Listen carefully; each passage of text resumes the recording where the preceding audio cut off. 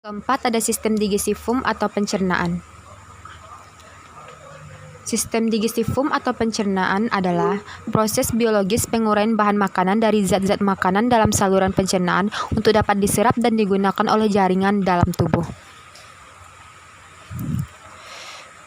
Sistem digestifum pada ayam dimulai dari paruh dan berakhir di kloaka. Organ yang terkait dengan sistem digestifum meliputi paruh, esofagus, tembolok atau crop, proventriculus, ventriculus, usus halus, usus besar, usus buntu, dan kloaka. Organ vital lainnya yang terkait dengan fungsi sistem digestifum adalah hati dan pankreas.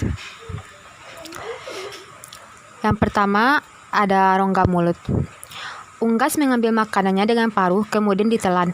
Makanan tersebut disimpan dalam bentuk tembolok untuk dilunakkan dan dicampur dengan getah pencernaan pada proventriculus. Mulut ayam tidak memiliki bibir dan gigi. Peranan bibir dan gigi pada ayam digantikan oleh rahang yang menanduk dan membentuk paruh. Tidak hanya runcing dan keras seperti yang panah dan arah ke depan, bentukan seperti kail pada lidah berfungsi sebagai mendorong pakan untuk menuju esofagus sewaktu lidah digerakkan dari depan ke belakang. Kelenjar saliva mengeluarkan sejenis mukosa yang berfungsi sebagai pelumas makanan agar dapat masuk ke dalam esofagus yang akan diteruskan ke tembolok atau krom. Air di dalam saat diminum diambil dengan menyedot saat minum dengan menggunakan paruh dan masuk ke dalam esofagus setelah kepala menyadap dengan menggunakan gaya gravitasi.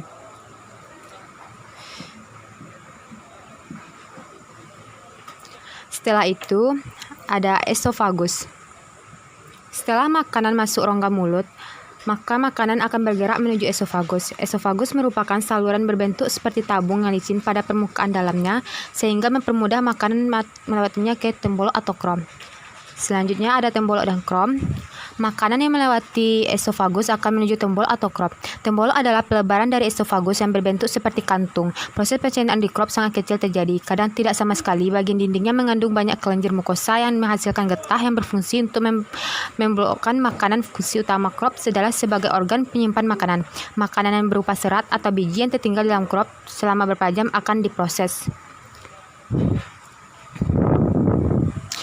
Selanjutnya ada proventriculus atau disebut dengan prokelenjar. Penebalan dan pembesar terakhir di esofagus, asam hidroklorid atau getah lambung dan enzim pepsin yang dihasilkan oleh dinding proventriculus berfungsi untuk membantu proses pencernaan protein. Sewaktu makanan melewatinya, saluran kelenjar secara mekanis akan mengkerut dan menyebabkan keluarnya cairan perut.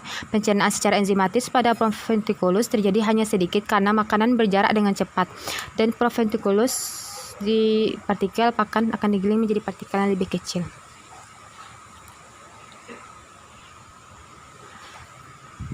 Selanjutnya ada ventriculus. Ventriculus, partikel makanan akan digiling menjadi partikel yang lebih kecil yang mampu melewati saluran usus. Untuk selanjutnya ada pankreas. Pankreas merupakan organ yang berfungsi mensekresikan polimer hati, lemak, dan protein, yaitu amilase, lipase, dan tripsin. Selanjutnya ada usus halus. Proses absorpsi terjadi pada usus halus atau small intestinum melalui pili atau jonjol usus pada usus halus, terdiri dari duodenum, jejunum, dan ileum.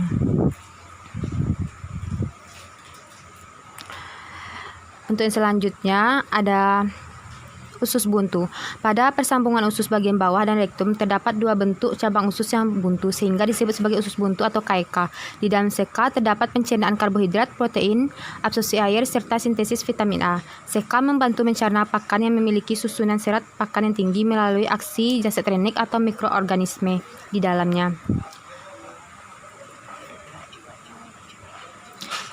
Selanjutnya ada usus besar, bagian dari large intestine atau bagian belakang dan berakhir di KK berfungsi sebagai absorpsi air untuk meningkatkan kecadangan air pada sel tubuh dan mengatur keseimbangan air pada unggas. Yang terakhir ada kloaka. Kloaka merupakan bagian akhir dari saluran digestifum. Kloaka merupakan lubang pelepasan sisa digesti atau coprodeum, urin, dan semua saluran reproduksi atau uridium, serta lubang keluarnya yang berhubungan dengan udara luar atau vern.